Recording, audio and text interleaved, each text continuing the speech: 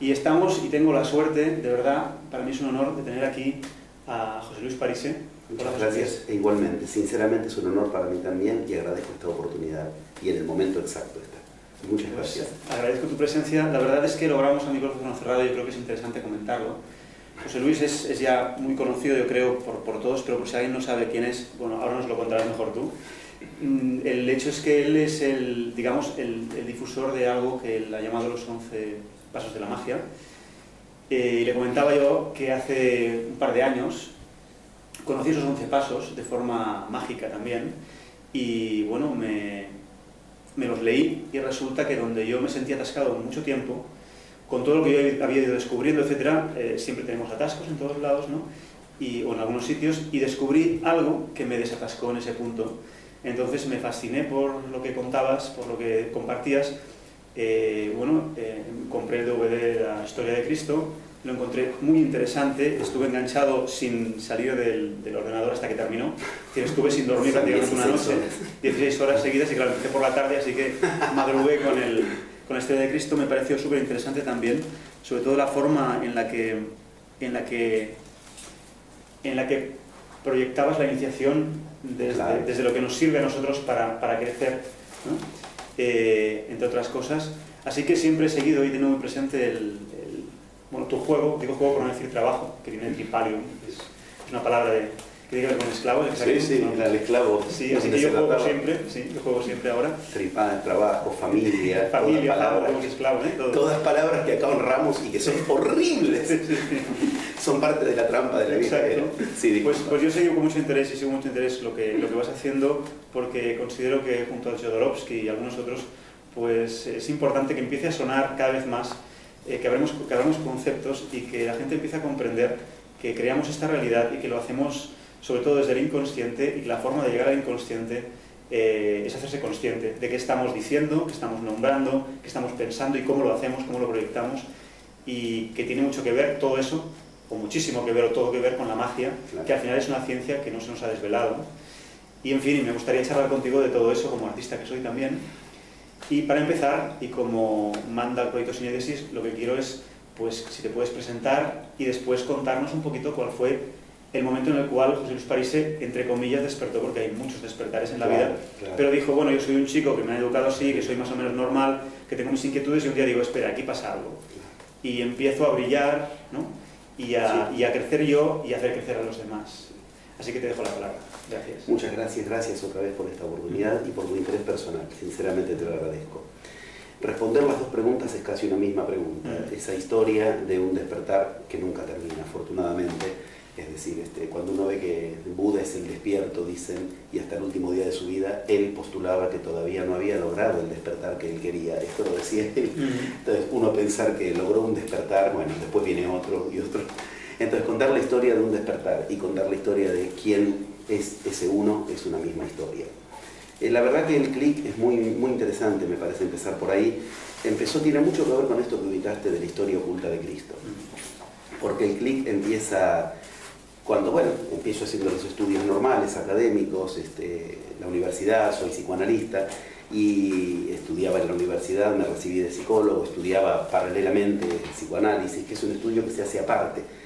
Son muchos más años que los de la universidad, pero mi ilusión era estudiar todo eso para encontrarme con toda la parte de la mente, que no se reduce a conflicto, que es uno de los problemas más graves que después, mucho después, entendí que cometemos en Occidente. Reducimos el psiquismo a conflicto. Psíquico y conflictivo es casi lo mismo.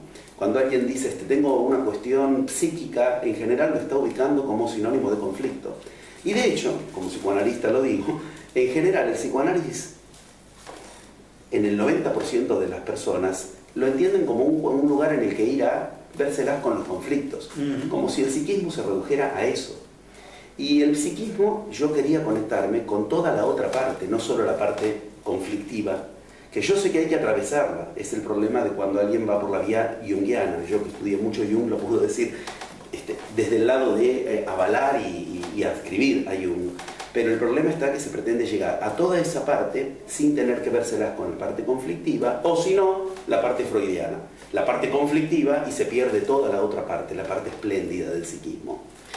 Bueno, en la universidad veía que esas eran las dos vías continuamente. También desemboqué en los estudios de Lacan, que son absolutamente necesarios y mucho más complicados porque te exigen estudiar lógica, lingüística, te exigen estudiar topología, cuestiones que habitualmente uno cree que no hay que estudiar para estudiar el psiquismo. Con esa formación yo esperaba encontrarme con la respuesta a mi pregunta original por la que había estudiado todo eso. ¿Dónde está lo espléndido de la mente, la magia de la mente? Al principio no podía diferenciar mucho el psiquismo de lo mental, pero yo quería encontrarme con todo eso. Bueno, mientras paralelamente estudiaba psicología, psicoanálisis, trabajaba, iba haciendo un recorrido con los estudios sagrados, los textos sagrados de la historia de la humanidad. Y veía que había algo sumamente prometedor en todo eso, como que digamos, todos prometían una vida muy de magia, como mencionabas antes, muy donde lo humano se confunde con lo divino. Y yo quería alcanzar eso, sinceramente yo quería un lugar en el que lo humano no sea el límite, entendiendo que humano es un lugar horrible. Como decías bien, del trabajo, el tripalio, en la familia y el famulus, tripalio, un lugar de azote, eso es un trabajo, un lugar al que vamos a torturarnos. Y de esto hacemos en Occidente una cosa maravillosa. Familia quiere decir grupo de esclavos, no es broma. Lo que nos enseñaron a honrar es horrible. Yo quiero formar a mi familia, y quiero formar a mi esclavos, y yo quiero un trabajo que me guste. Como para que después no te sientas esclavo de la familia y torturado en el trabajo. Sí. Cuando después empiezo a descubrir el poder de la palabra, más aún todavía. Entonces, bueno, precisamente empiezo a investigar, empiezo a estudiar y empiezo a descubrir que toda esa maravilla que nos habían propuesto en nombre de lo psíquico como una cuestión mucho más trascendente que lo conflictivo, era muy difícil encontrarlo como una realidad, como una realización. 14 años estudiando estuve estos temas. Estudiaba 14 horas por día, 14 años seguidos, y además tenía que trabajar y hacer un montón de otras cosas para subsistir. En Argentina no es que a uno le dan una beca y todo lo contrario, hay que lograr tener el dinero para todo.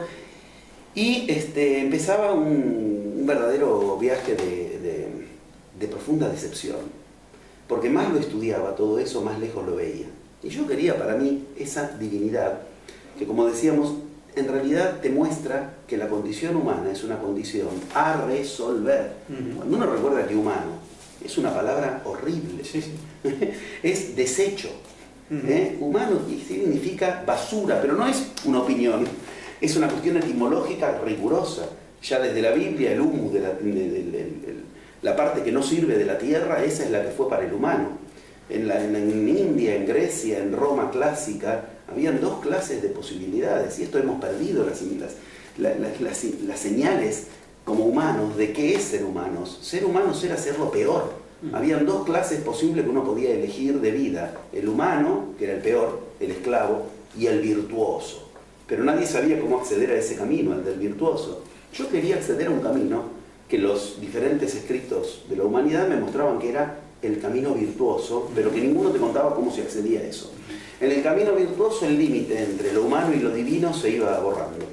Entonces uno veía que todos los que de algún modo encontraron ese camino, aunque la gran pregunta era cómo llegó ahí, a ese camino, todos habían sido personas que después, cuando la historia habló de ellos o se los recuerda, ya no sabemos si estamos hablando de un hombre, de un dios, de un sacerdote extremo, de un mago.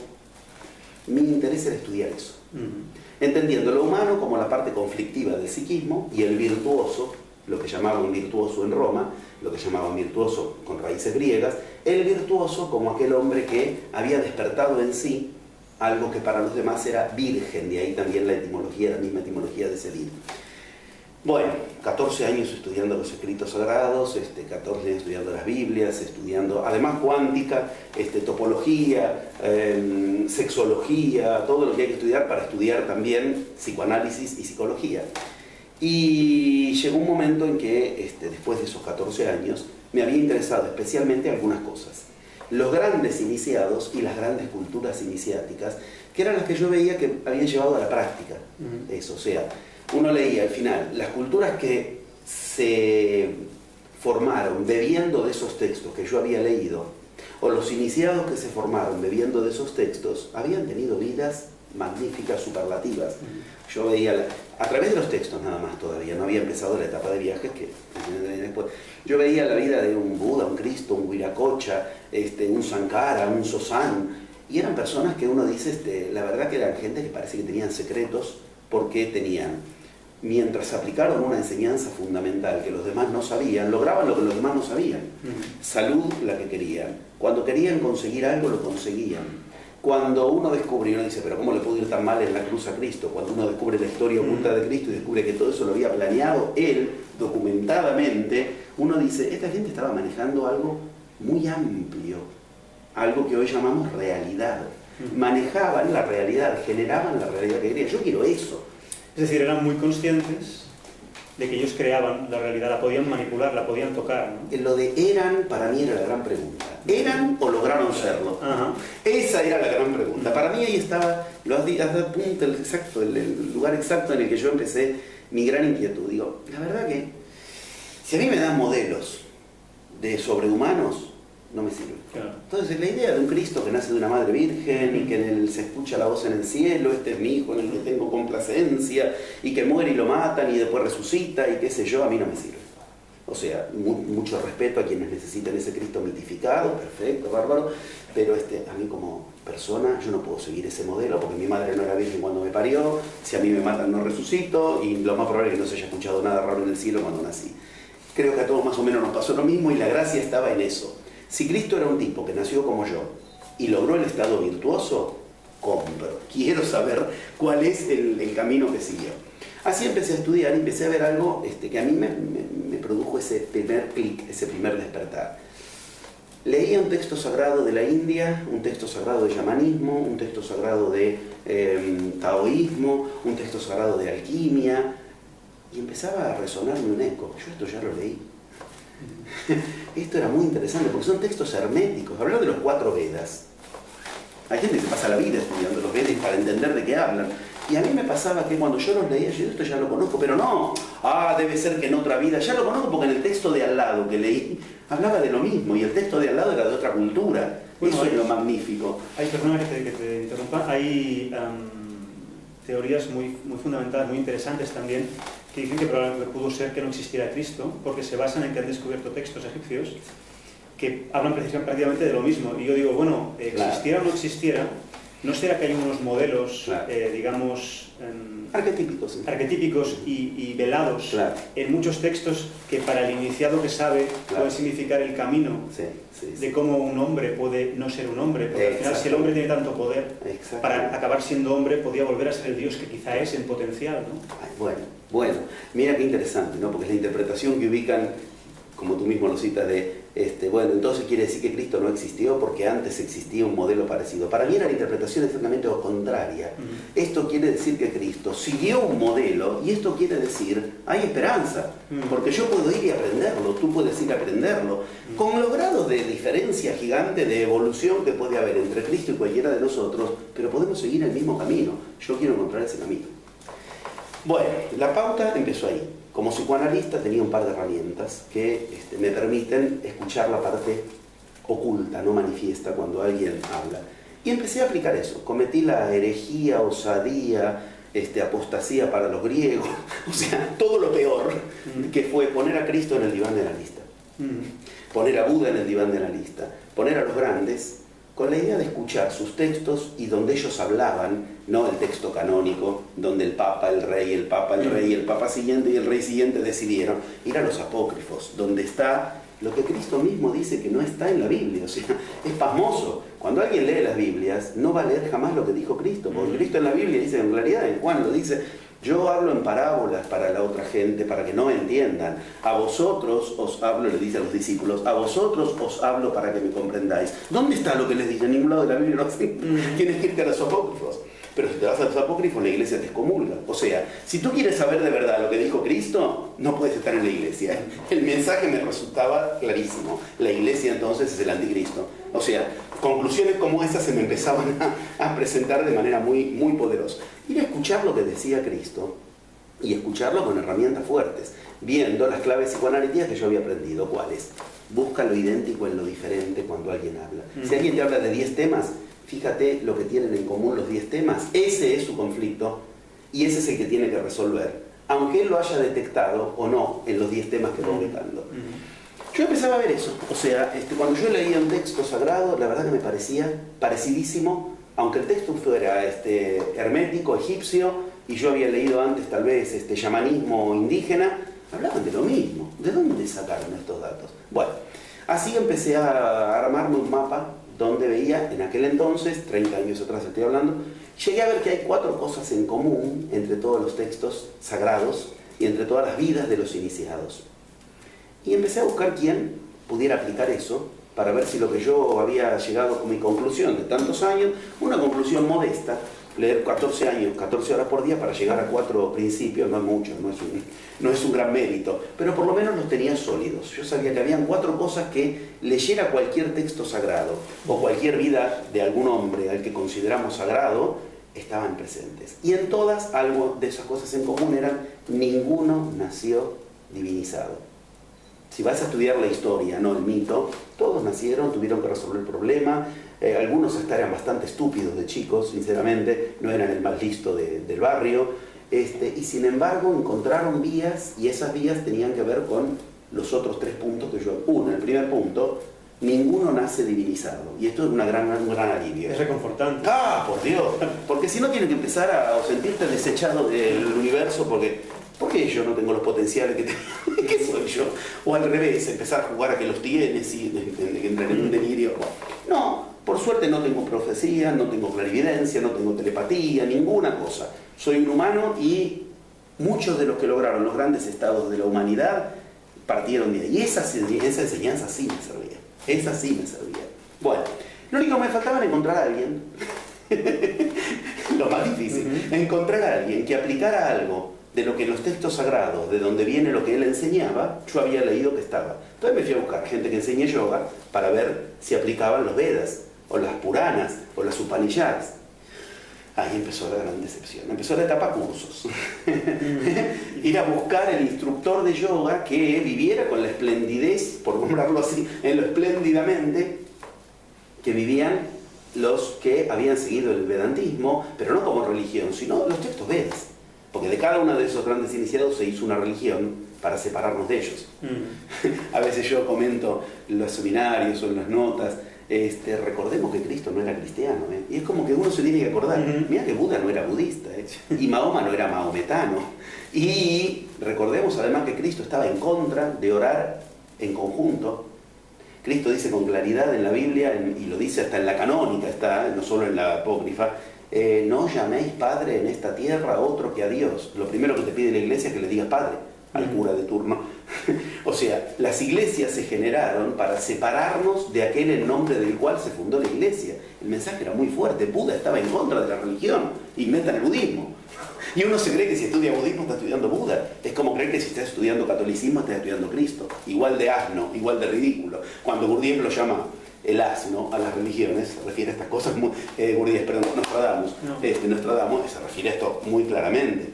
Hoy, para la nueva era, apareció la New Age, que nos separa de la religión de la nueva era. Esto es un mecanismo humano absoluto. Bueno, yo fui a buscar eso, iba a buscar la instructora de yoga que me pudiera enseñar a la altura de lo que yo había leído eran los textos fundacionales del yoga.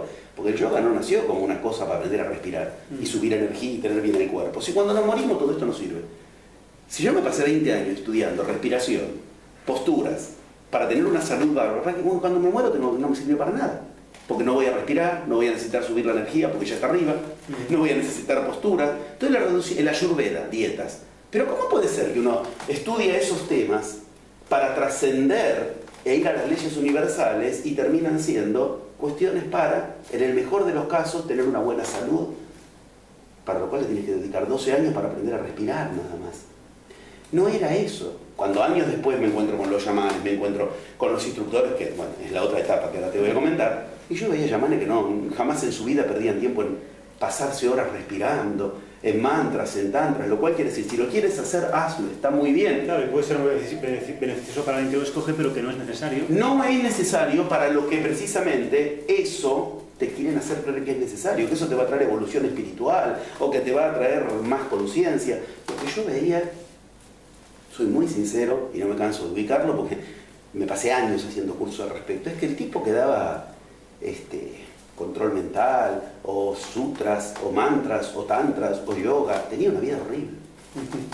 O sea, la profesora de yoga sabía respirar divino, pero no llegaba con la plata a fin de mes. No puede ser. Yo había leído los textos originarios y eso no era en esos textos una cosa donde tú sabes respirar bárbaro, pero no sabes llegar con el dinero a fin de mes. Yo leía los textos originarios de lo que enseñaban supuestamente el taoísmo, el tai chi, el feng shui, y yo veía que esa gente, la esposa los engañaba y no se daban cuenta. O sea, su grado de conciencia era mínimo, aunque cuando practicaban eran dioses. Maravilloso. ¿No será eso fruto un poquito de la especialización, del desgranamiento que existe, de esta disociación en la cual tú tienes que saber mucho de una cosa y de la otra no sabes nada?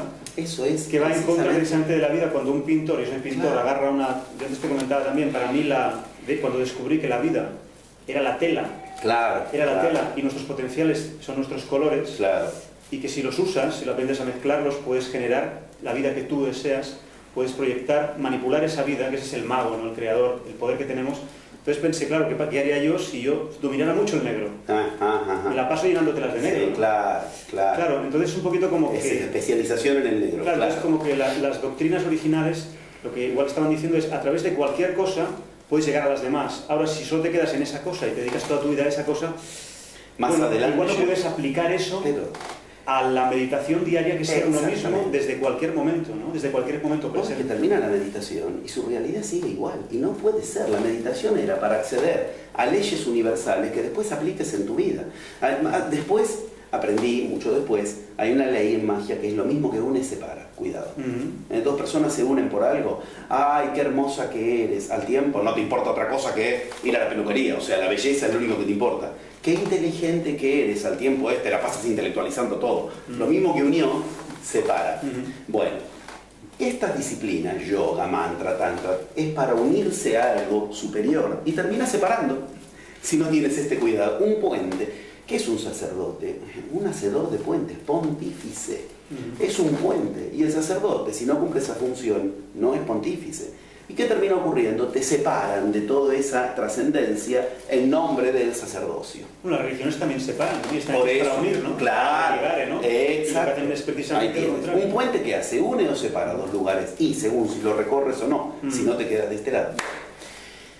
Empezó mi gran decepción. Yo veía el gran mentalista que no podía bajar de peso cuando quería bajar de peso, el gran profesor de Tai Chi que había que ayudarlo porque no tenía dinero, la profesora de yoga que el marido la engañaba y no se enteraba, el gran profesor de Feng Shui que salía, los hijos les faltaban el respeto en la cara y no sabía qué hacer. No puede ser que sea. Entonces es lo mismo que aprender contaduría, confección, arquitectura, que tu vida sigue igual y tú eres un gran profesional. Entonces para eso estudiamos una profesión y listo. Sigo siendo un perfecto imbécil, no me va bien en la vida, pero qué buen profesional. Ahí está el producto de esa diferenciación. Hay que recordar que especialización es otra cosa. Especializar viene de especie. Todo lo contrario de lo que creemos hoy. La especie es todo lo contrario de estudiar, como decía Nietzsche, el cerebro de la sanguijuela el resto de tu vida. Es estudiar la especie. Hoy estamos contentos y tenemos más confianza cuando tenemos el especialista en el ojo izquierdo, la pestaña de abajo a las 3 de la tarde, y ese tipo te estudia la pestaña de abajo a las 3 de la tarde el resto de su vida y uno dice que es bárbaro. No, la pestaña de abajo a las 3 de la tarde sigue las mismas leyes universales que sigue tu economía, que sigue tu hígado, y si no accedes a esas leyes todo funciona mal, y si accedes a esas leyes generas entonces realidad. Todo esto es lo que yo había leído, pero no es lo que encontraba. Claro, esto me recuerda un poquito a la medicina china, por ejemplo, que contempla muchas cosas. Claro. Y eso de que, bueno, me duele el hígado y me lo cortan, o me pasa una mano y me la cortan. Sí, es igual de enfermo que antes. Claro, es una historia, ¿no? En los chamanes, bueno, todavía no llegué a la etapa viaje, ¿no? Estoy tratando de responder a la primera pregunta. Está bien, clic. Así vamos aprovechando. Muy bien, yo aprovecho. Pero, digo, en los chamanes yo he aprendido algo que a mí fue otro de mis grandes destapares mentales. Cuando un chamán, hablemos de, no los que digamos te enseñan cursos parturistas, estoy hablando de ir a esos lugares inaccesibles a los que fui. Bueno, después te cuento toda esa parte si es de tu interés, pero a mí me interesa, pero tú le pides algo así como, en nuestro idioma sería, quiero aprender medicina, quiero aprender tu medicina, ni entienden de qué le estás hablando. Para ellos la medicina no es algo distinto de cómo hacen la agronomía. Se sigue con las mismas leyes, ¿entienden? Después encima entiendo que medicina es el hombre. Chamán, para ellos, es el hombre medicina. Yo soy la medicina. Yo tengo que lograr ser el que me curo mi economía, mi salud, ¿entiendes? No es que la medicina me cura a mí, yo tengo hombre medicina. Esa concepción a mí me rompió la cabeza cuando yo descubrí estos. Entienden que la medicina es el hombre, no que al hombre que... Nosotros separamos el hombre de la medicina. Los griegos no enseñaban como nosotros aprendemos hoy materias, cátedras, religión pura. Cátedras, catedral, es lo mismo, la misma etimología. Los griegos enseñaban todo junto. O sea, ¿qué era un griego? Un matemático, un astrónomo, un psicólogo. ¿Qué era Aristóteles? Lógico, filósofo, inventó la lógica, inventó la ciencia, la metafísica, la física. Inventó la ley, inventó la política. ¿Qué era ese tipo? Lo mismo después encontré en las culturas originarias cuando empecé a viajar. El chamán, ¿qué era? El psicólogo de la tribu, el agrónomo de la tribu, el que les armaba las estrategias políticas para ir a negociar con la tribu de al lado, y si había que vérselas con la guerra, era el que se ponía al frente. Y ese tipo era el que a su vez resolvía cuando la tierra estaba seca o cuando tenía demasiada agua. Es decir, eso yo quería aprender. Era el sabio, ¿no? El consciente. ¿Me entiendes? Y saber significa totalidad. Es la misma el origen, holos, total. Y de ahí viene saber y santidad. Hoy nosotros creemos que son dos cosas distintas, que la santidad es religión y la sabiduría se estudia en las universidades. Y todo eso viene del mismo concepto. Bueno, todo muy lindo, pero ¿quién me lo enseñaba? Más me puse a buscar en cursos, gente que, bueno, si enseña yoga, quiero que me muestre una vida hinduista. Si enseña taoísmo, quiero que me muestre una vida taoísta. Si enseña alquimia, quiero que me enseñe cómo es una vida con las concepciones egipcias. Ok. Yo veía que su vida era igual, terminaba la clase y el tipo tenía los mismos problemas que tenía yo. No, gracias. Muchos años después los chamanes me lo confirmaron por una vía que, bueno, es muy inquietante, pero ellos me decían, saber sabe cualquiera, mírale la vida. Mírale la vida. ¿Sabes qué digo últimamente en mis conferencias? Mi mujer y yo cuando salimos a la calle, mi mujer es muy consciente también de todo esto. Cualquier cosa que nos ocurre durante el día, nos preguntamos por qué hemos creado aquello. Claro. Nos hemos preguntado por qué nos estamos intentando decir con eso que hemos creado. Claro. Nos hemos reapropiado de nuestra creación constantemente y se vive la vida de otra manera. Porque lo que no te gusta y lo que te gusta, te das besos, ¿no? Y hay wow, excusas. ¿Cómo hice eso yo? No hay excusas, quiere decir. Ahora, ¿quién no quiere tener excusas? Es lo más fácil, ¿no? ¿Entiendes? ¿Quién no quiere? O sea, quiere decir, no tengo escapatoria, me encontré con algo que no me gusta, lo estoy generando desde algún lugar en mí, que encima no soy yo, pero está en mí. Ahí está la primera frase del sánscrito que nos llega a los occidentales por pura casualidad. En India hay una frase, si es casual, es magia. En Occidente, es casualidad. Lo conseguiste por casualidad. En India dicen, si es casualidad, es magia. Por casualidad a los occidentales, la primera frase que nos llega del sánscrito es el name soata. Quiere decir, está en mí, pero no soy yo. Nosotros creemos que si algo está en mí, ya es mío, soy yo. En mí está tal sentimiento, pero yo lo quiero, esa es la pregunta. Ok, name soata es el primer paso para llegar a lo que Occidente sí conoce, porque esa parte es la linda, namaste. Es la misma raíz etimológica. El namaste no se logra sin el name soata. ¿Qué es eso? Diferenciar. Esto está en mí, pero no soy yo. O sea, me encontré con algo afuera, por algo que está en mí, pero que no soy yo. Ahí empieza la primera pregunta que Buda le decía a los discípulos. ¿Quién mueve tu lengua cuando tú hablas? ¿Cómo hablo yo? No. ¿Quién mueve tu lengua cuando tú hablas? Descubrir que hay otro en uno.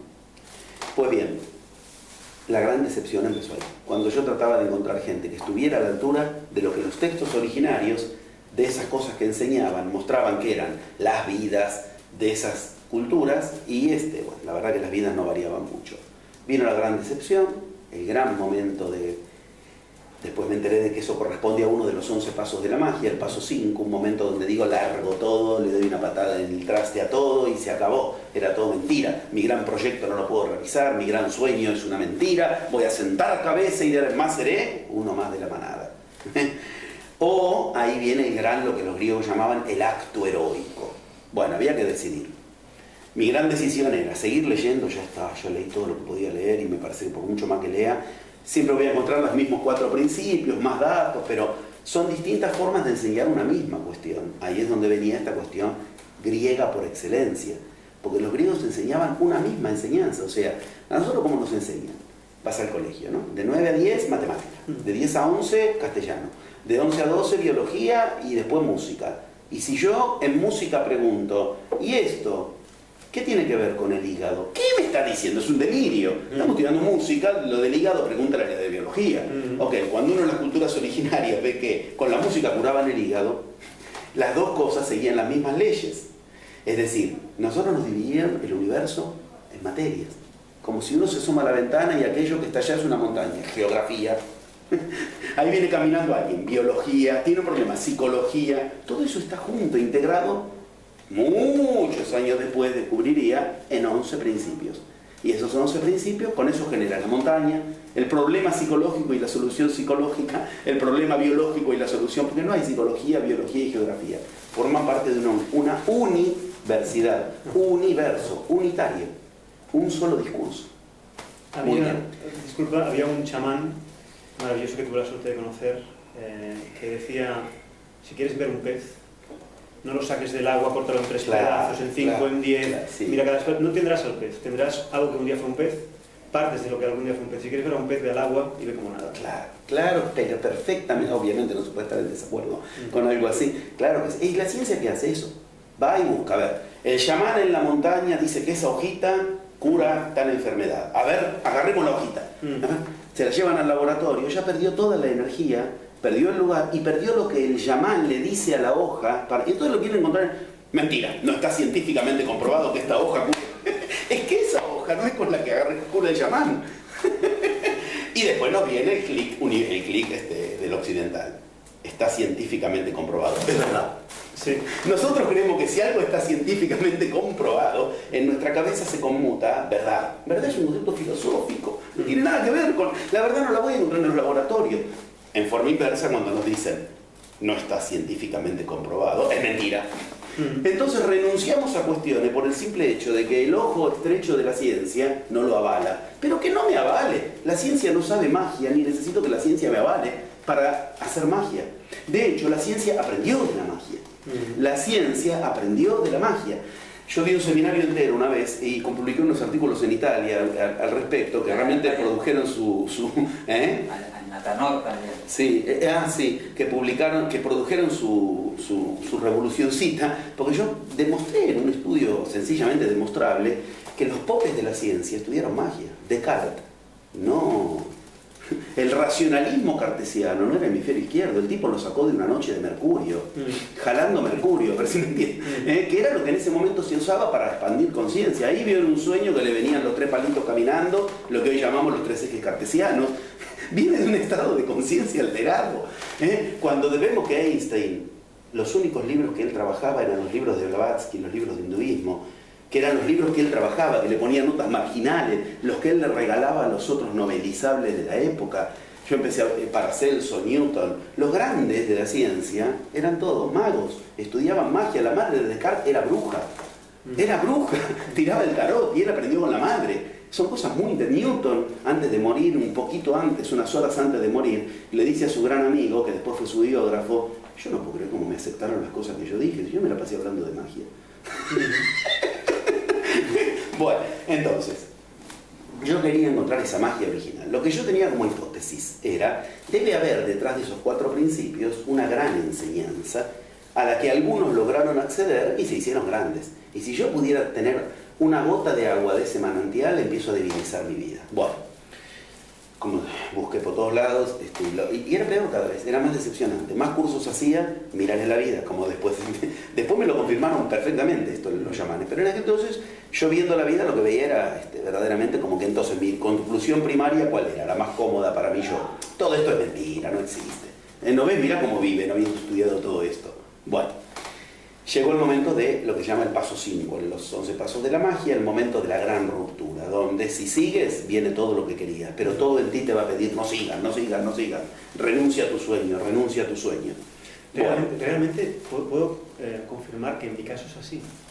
en mis épocas de frustración absoluta, donde dije, ya no sigo por ahí, cuando hubo un algo dentro que dio, digamos, a chispa, que no puede renunciar al sueño, y sigues, se muestra todo delante de ti. Dices, ¿cómo es posible poder todo esto ahora? Por eso es la segunda mitad de método. O sea, paso 5, son 11 pasos. El paso 11 es un comodín, es un conflicto que aparece siempre donde se puede. El paso 11 es eso.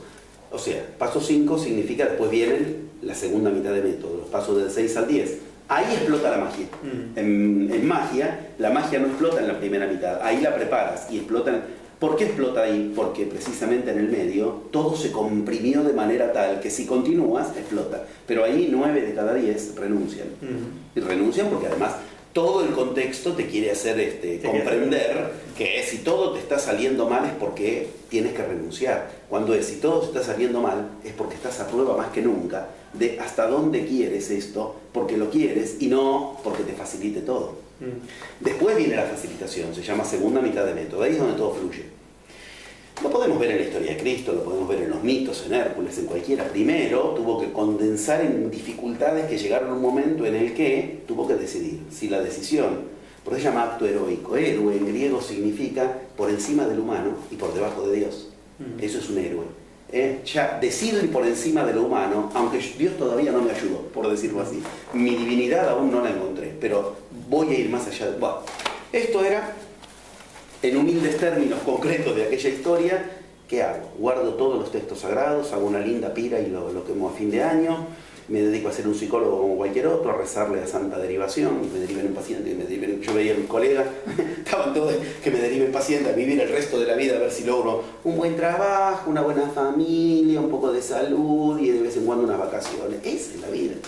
Eso es lo que son nuestras aspiraciones de vida. Ese es el escenario para sobre eso montar todo.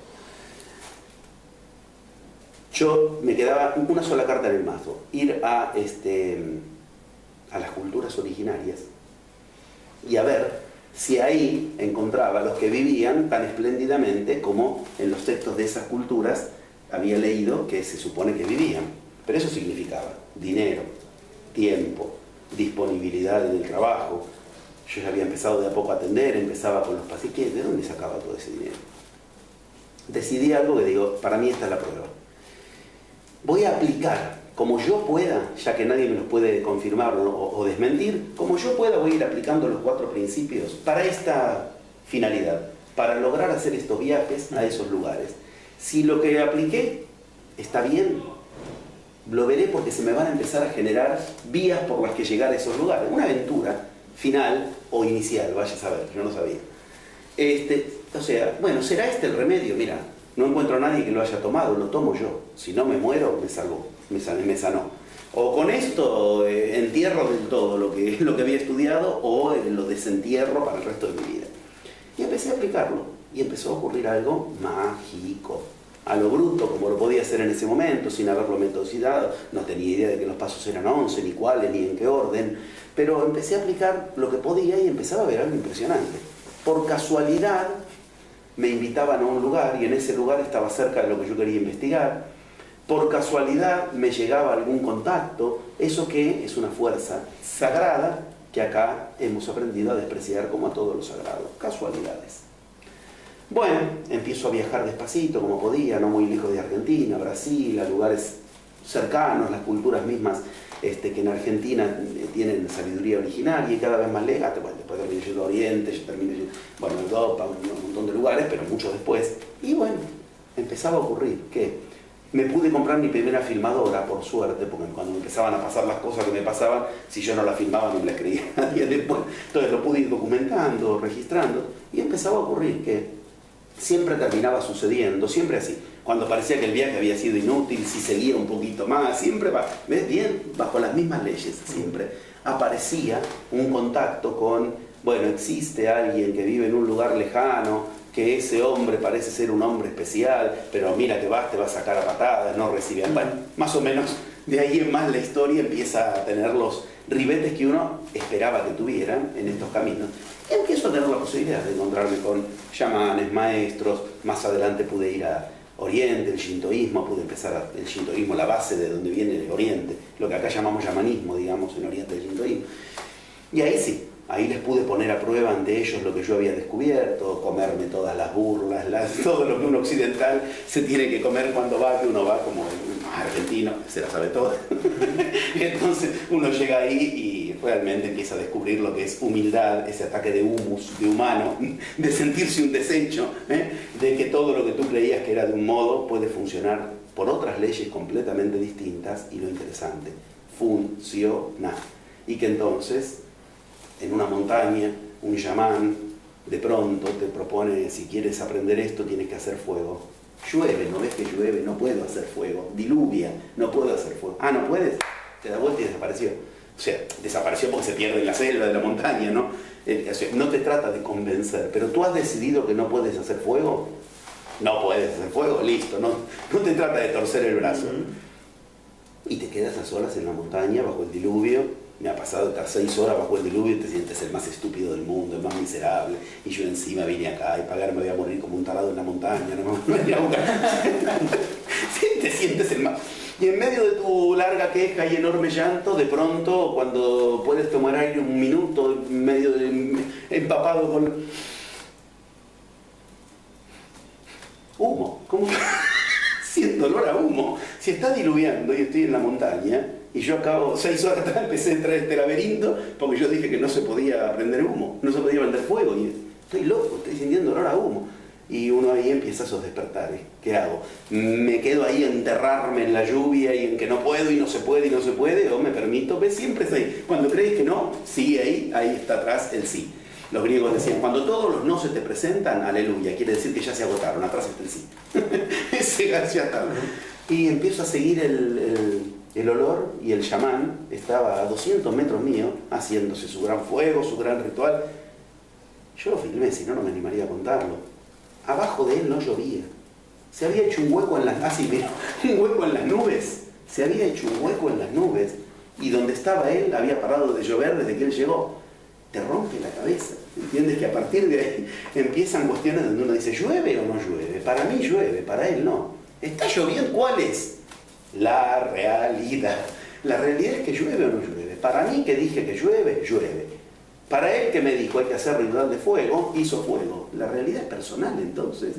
Perdona que te interrumpa, da mucho que pensar esto, lo digo para la gente que nos escuche, cuando repetimos constantemente lo que al final los medios nos hacen repetir, ¿no?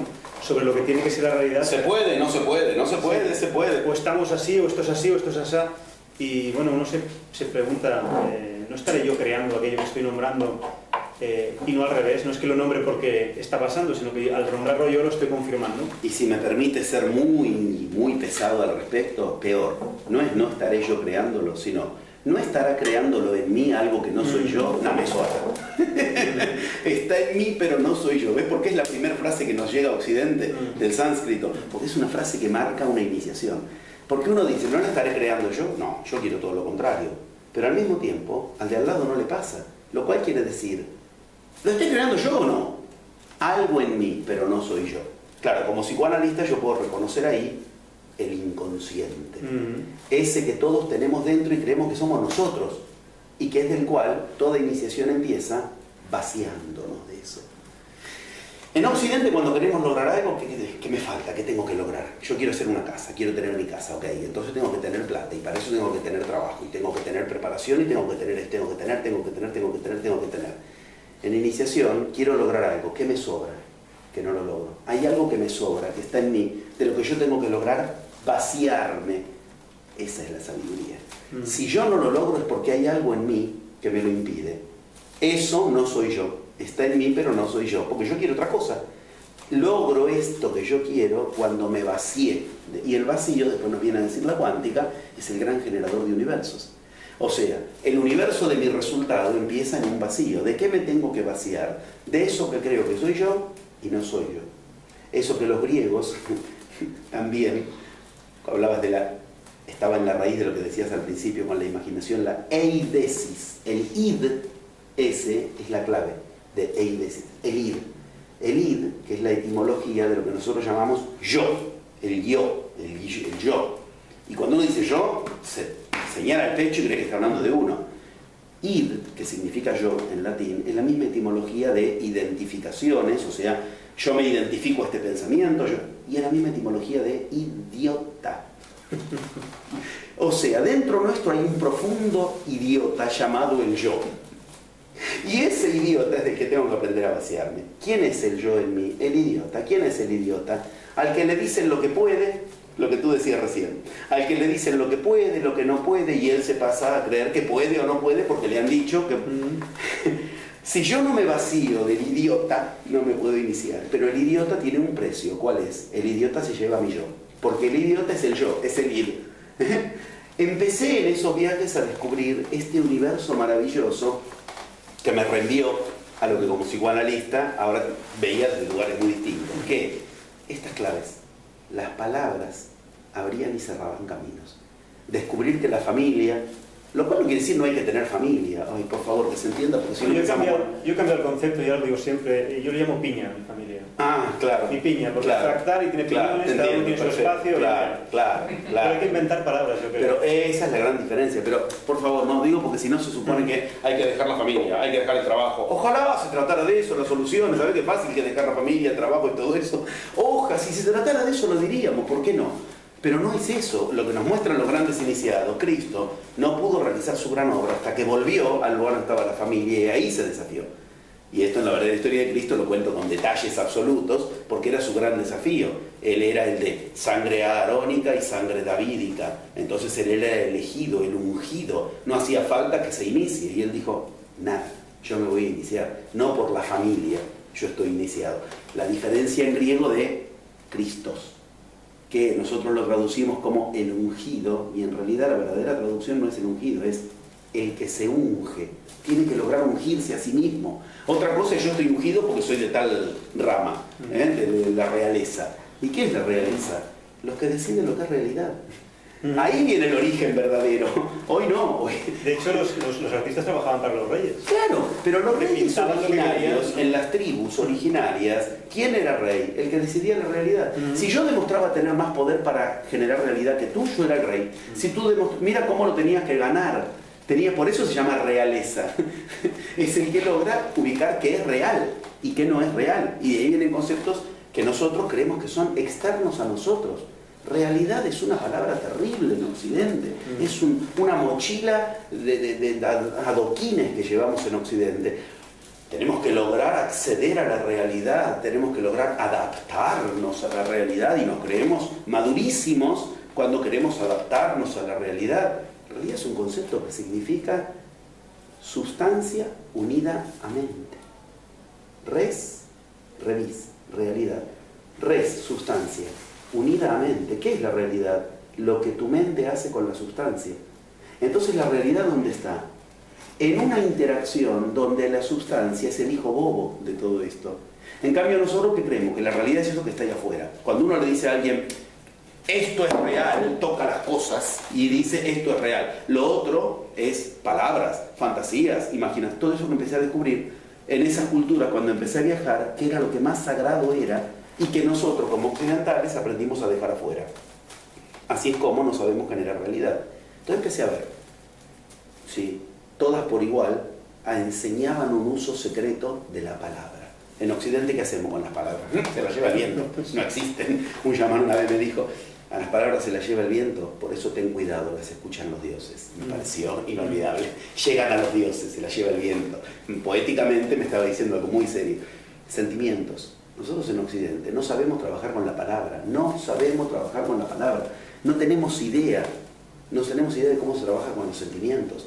Si yo a ti te digo, dime lo que quieres lograr, yo lo hago, yo en los seminarios lo hago, entonces vivo escuchando la palabra, trabajando con el sentimiento, trabajando con la energía, trabajando con las fuerzas, que son los 11 pasos de la magia, y cuando alguien le dice, dime lo que quiere lograr, las frases que escuchas, las cosas que la gente dice y no tiene idea de lo que está diciendo, yo quiero poder lograr llegar a tal cuestión, no lo va a lograr porque quiere poder lograrlo. ¿Qué quiere decir? Cuando lo esté por lograr, cuando lo pueda lograr, va a llegar hasta ahí. Oh, sorpresa, la realidad responde, obedece. Cuando lo está por lograr, algo le sale mal. ¡Ay, me falló la magia! No te falló la magia, fallaste tú.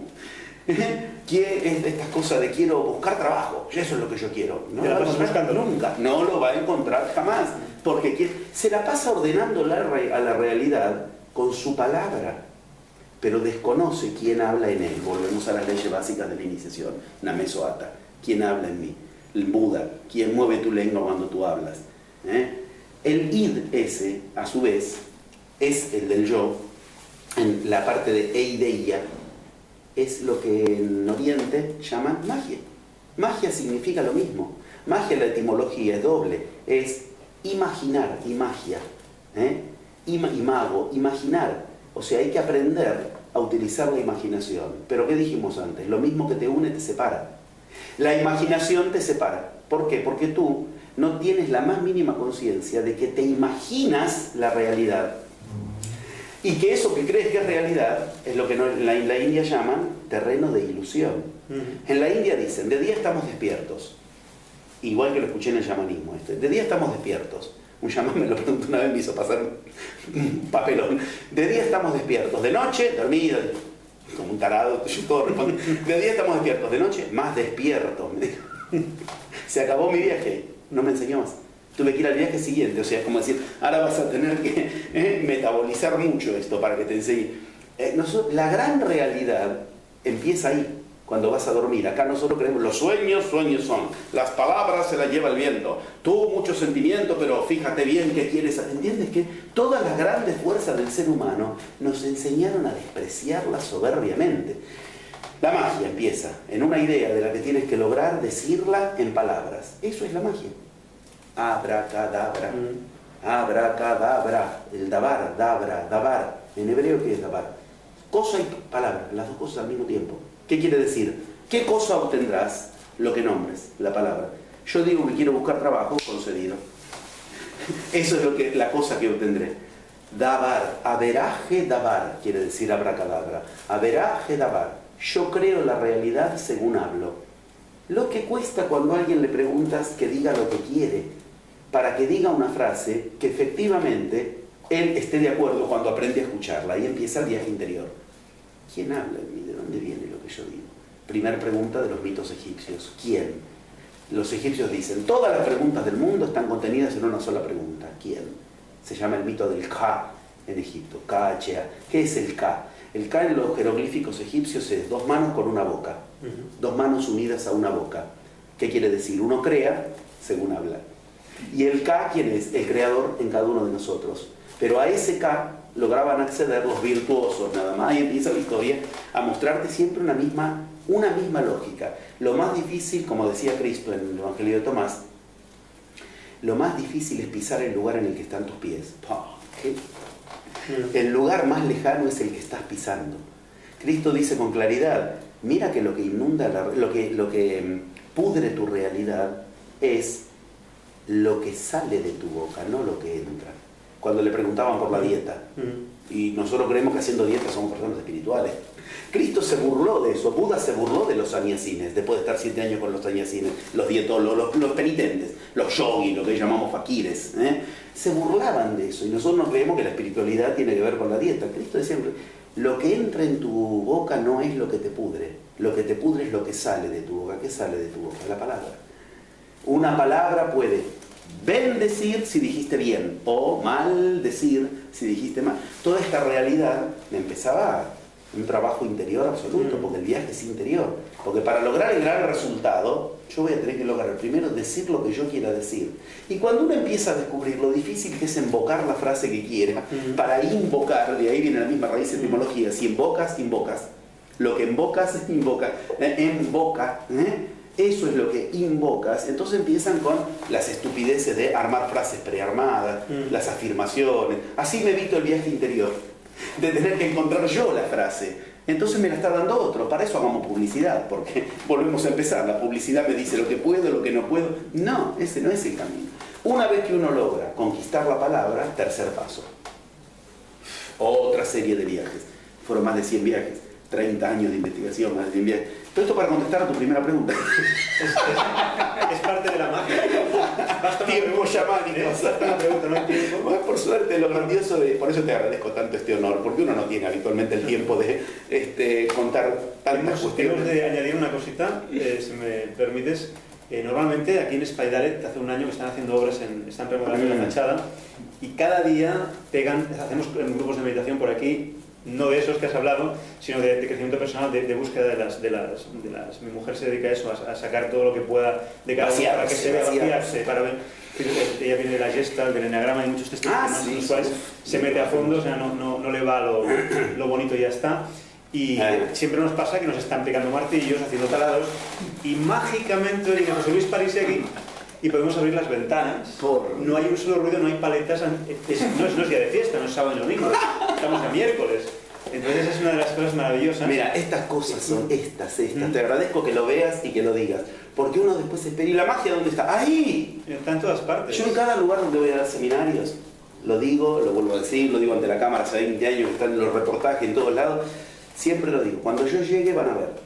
El día que empieza la actividad hay sol, pero un rato antes o un rato después de que termine la actividad llueve. Hace 20 años voy donde voy del mundo. Entonces uno empieza a dar el seminario y si no recuerda que ahí ya está la magia, es una carta de presentación. El otro día estuve acá, estamos en Barcelona, ok. El sábado estuve dando seminario, estamos en una época más veraniega que otra cosa. Viernes a la noche, a la tarde llega mi avión, viernes a la tarde llovió. Sábado a la mañana yo empezaba el seminario, sol otra vez. Esto es lo que uno aprende cuando habla de realidad propia. ¿Qué clima quieres? ¿Qué economía quieres?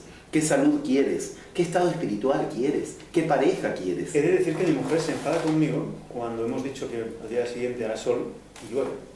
Se enfada conmigo y me dice, ¿qué estamos haciendo, Víctor? Claro, ahí está. Primero yo me enganchaba con ahí ella, está.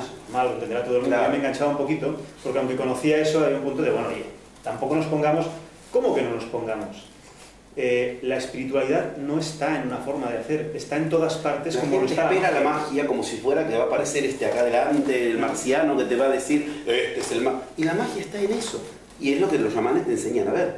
Tú querías, mira, hay tantas cosas, cada cosa que dices me recuerda tanto viaje, tantas cosas. Mira, en Titicaca, en la zona de Titicaca, o sea, es uno de los lugares, bueno, si estuviste tal vez en la parte boliviana, peruano y boliviano. Estuve en Bolivia. Perfecto, en la parte boliviana, si los escuchas hablar en Aymara, como hablan ellos, a mí me abrió, fue otro de los días.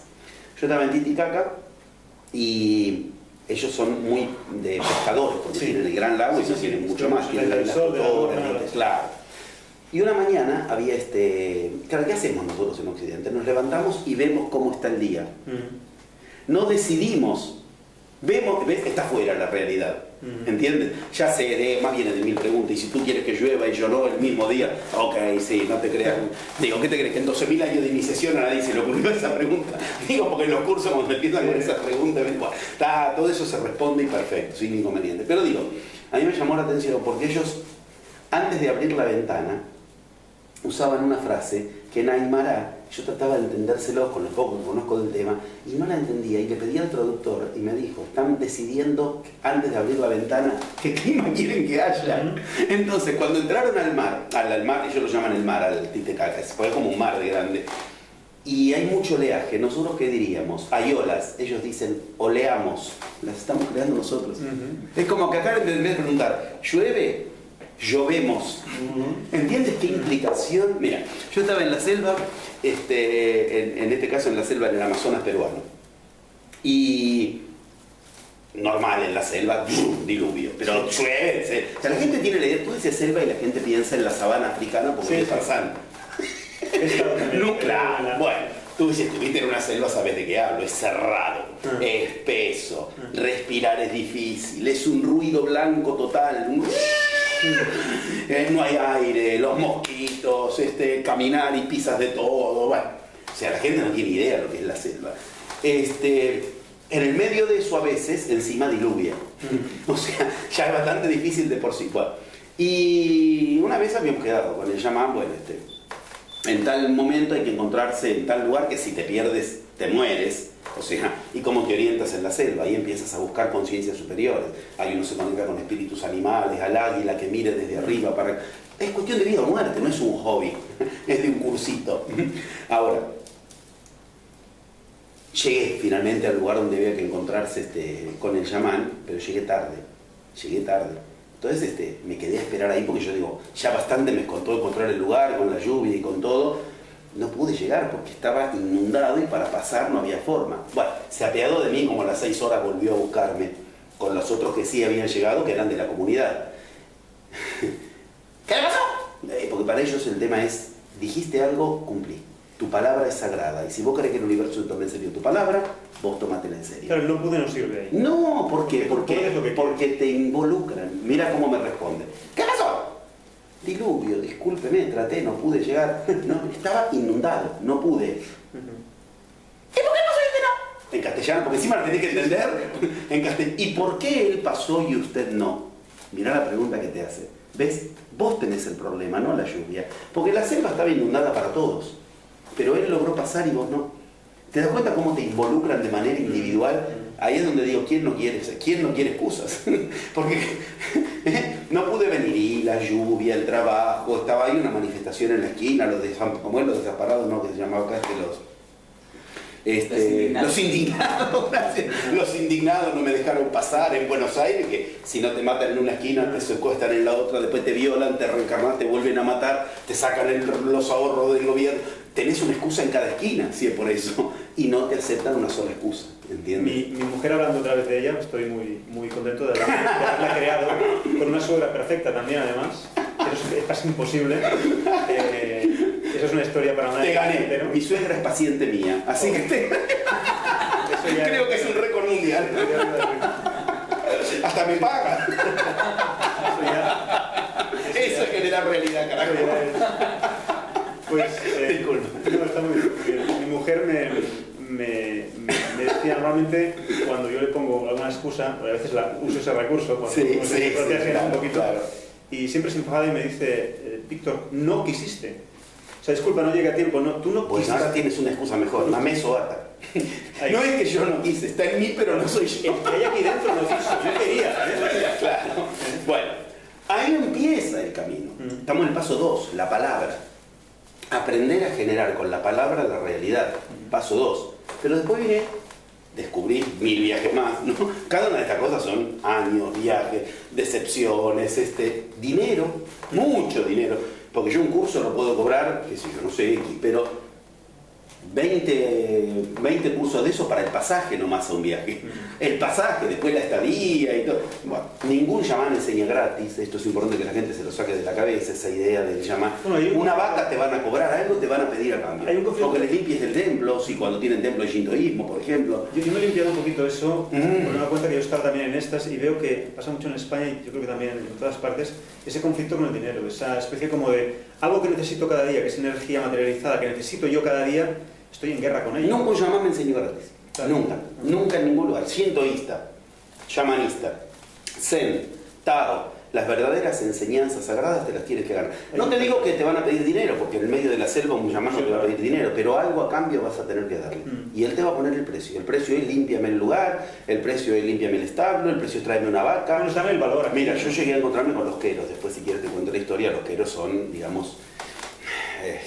La piedra sagrada de la cultura inca, lo inaccesible, lo más alto, los que nadie sabía si eran realidad o leyenda. Yo estuve con ellos, me encontré con ellos, y los queros, pero con absoluta claridad, cuando a una persona le dijeron un precio que era 3 vacas para que le enseñen algo y no se lo enseñaron, no lo pudieron encontrar nunca más, y la persona ni entendió por qué. Cuando años después la persona tuvo otra vez contacto con los queros, el quero se acordaba todavía, tú me debes una vaca. Mirá la importancia, no de los queros, digamos, gente más espiritual no hay, a ver si me entiendes. Gente más espiritual no hay, pero el tipo se acordaba de que lo desvalorizó, lo despreció porque le debía una vaca. 10 años después se encargó de encontrarlo y ubicárselo. O sea, efectivamente tiene su lugar. No, la idea, Román, vamos a estar claros. Más tarde, si quieres, desembocamos en el concepto actual de todo esto, que se llama el cambio de era, la nueva era. La nueva era no es vivir de la solidaridad, de que otro me quiera pagar o no. Del victimismo, ¿no? La nueva era es generar realidad propia. Para eso, entre otras cosas, si quieres generar tu dinero, te lo puedes generar. Y eso sí es nueva era. No depender de la economía, no depender de el mundo crece, el mundo no crece. Que no solucione toda la... ¿no? No Mira, yo ando por el mundo enseñando. Está bien, yo vivo en Suiza, esto es una broma. Yo vivo en Argentina, o sea, lo peor, no puede haber algo más desorganizado. Y sin embargo ando por el mundo enseñando con la misma economía con la que otros no llegan a fin de mes. La economía de Argentina y del mundo. Los libros se me editan en todo lado, cada vez en más lugares. Ahora tengo el honor de que en España me estén editando La verdadera historia de Cristo, el libro. O sea, estamos en un momento generoso de la humanidad, pero el que genera realidad propia. Y yo voy por diferentes lugares del mundo y me encuentro con la gente de mi escuela. Pero vos te vi en México el otro día, ¿qué haces acá? Y sí, no me voy a perder este seminario. Ahora estoy en España. Y me los encontré en México hace un mes que estuve allá. Quiere decir, tienen la plata, pero también tienen la salud, tienen el tiempo, no se enferman. ¿Esto qué significa? Realidad propia. Realidad propia. Tercer paso para generar eso, como occidentales, tenemos la siguiente, la posta siguiente del viaje ahí. Por eso la enseñanza te lo ubica con mucha precisión. Cuando yo llego a ubicar una frase que la invoqué, finalmente, esta frase, para lo cual tuve que aprender a escucharme, para lo cual aprendí el secreto del poder de la palabra, porque en el interín que descubrí, cada frase que fui diciendo es la que me encontré. Cada frase, ¿entiendes? Cómo en ese viaje vas adquiriendo una certeza absoluta. Cuando uno descubre la piedra del sol, lo que acá en Occidente se llama mal el calendario azteca, ¿qué hay en el centro del calendario azteca? Una lengua. Cuando uno va al zodíaco de Dresde, en Egipto, que en realidad está después me enteré cuando yo fui a Egipto a verlo, no, está en el Louvre. Venía de ahí. Siempre es así la historia. Bueno, ¿qué hay en el centro del Louvre? En el centro del zodíaco de Dendera, que es el que nos cuenta el pasaje de Hera y todas las profecías, están todas ahí condensadas. Lo mismo, tú eres la diosa hipopótamo, ridículamente con la lengua afuera. ¿Qué te muestran? En el centro de tu universo está la lengua, está tu lengua. Cuidado con la lengua. Siguiente etapa. Creo que lo primero que sale es el corazón y la lengua, o la lengua y el corazón, ¿no? Son juntos, neurológicamente. Así es, exactamente así. La lengua es lo primero que se diferencia, lo cual quiere decir sentimiento y palabra van juntos. Me has dado el pie. El paso 3 es el sentimiento, porque corazón y palabra van juntos, efectivamente.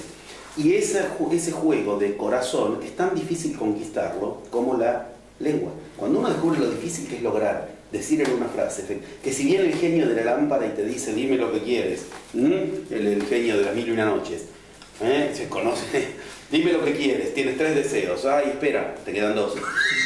¿Entiendes? No me apures, te queda 1. No me ponga nervioso, ya está. Mierda. Así es, tal cual. Ese juego enseña mucho.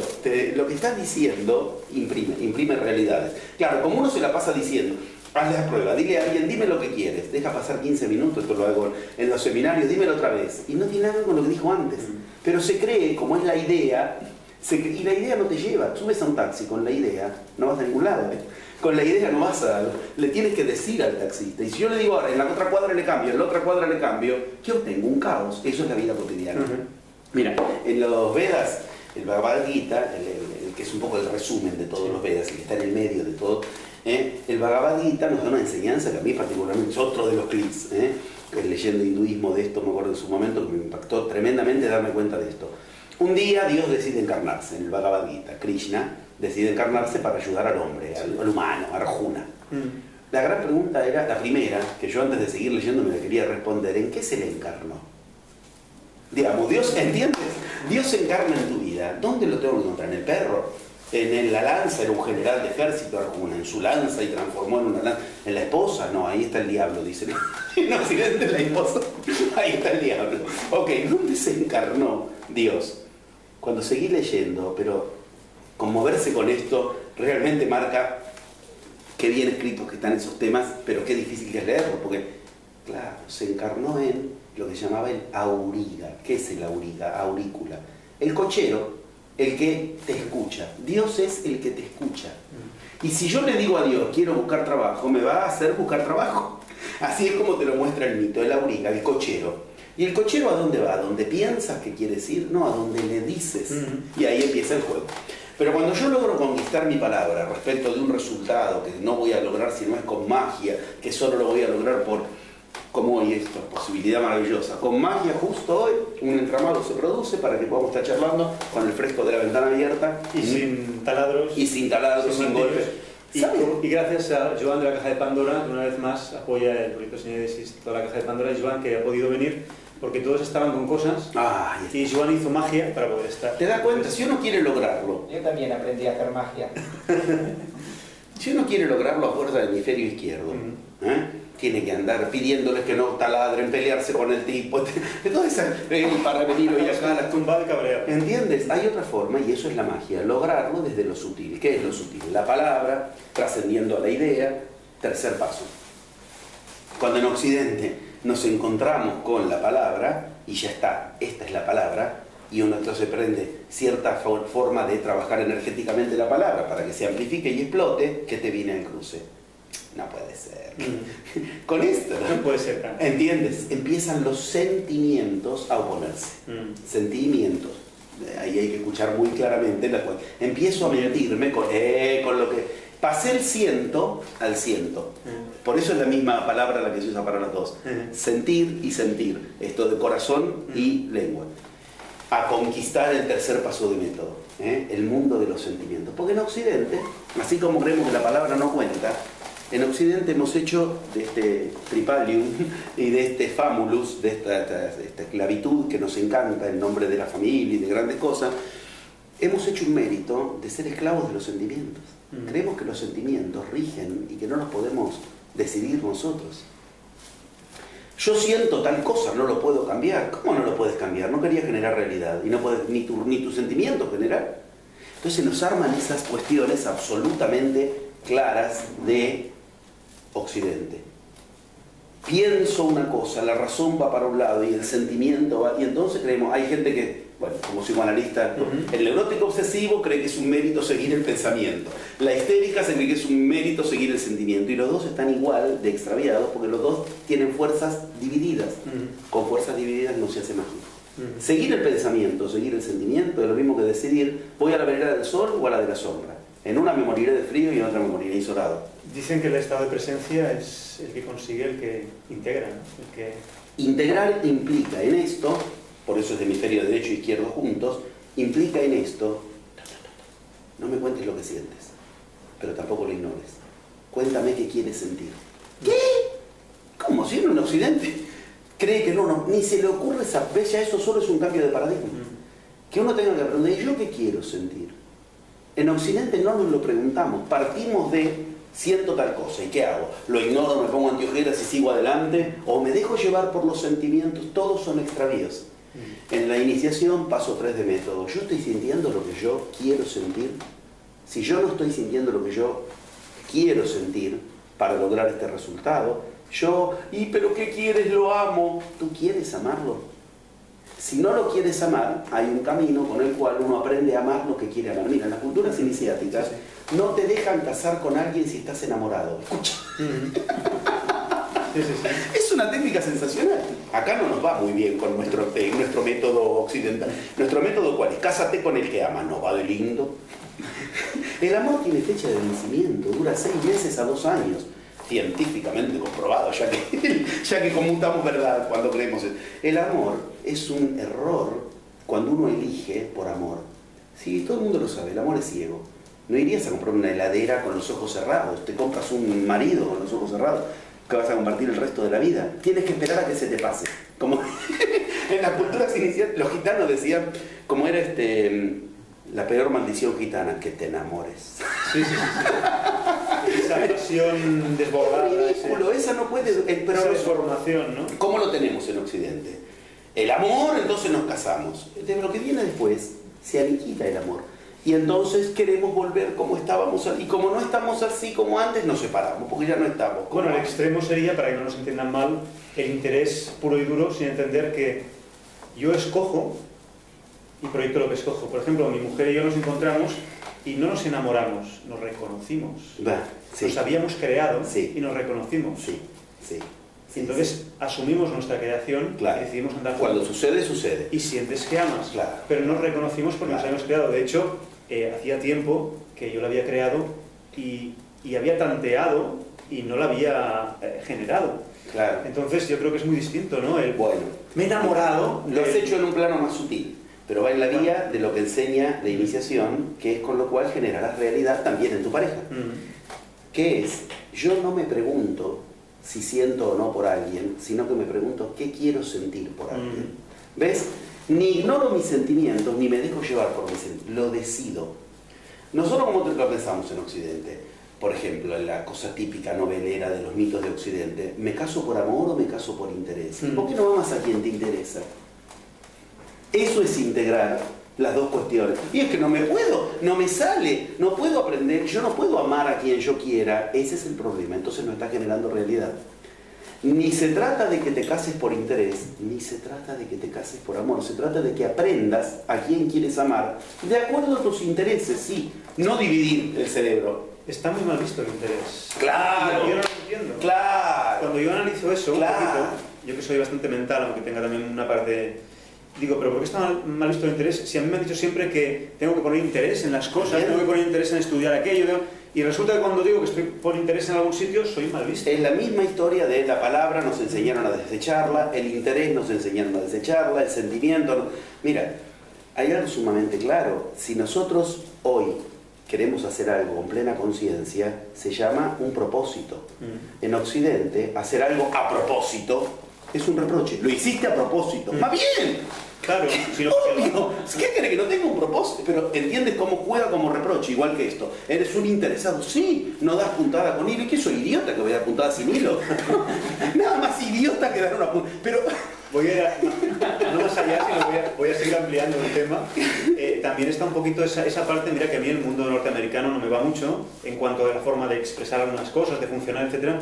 Pero sí hay una cosa que yo creo que no tienen, en principio, y es el pudor con el tema económico. Es decir, claro, cuando un vendedor americano va a venderte, y claro, suele poner el tele, no sé qué, las 3 de la mañana, que nos suena ridículo a nosotros, como lo hacen, pero te vende directamente, viene y dice, ven, cómprame esto, es genial, es maravilloso. Aquí está mal visto. Aquí tienes que hacer ver que no quieres vender algo y hacer ver que te lo compran por casualidad.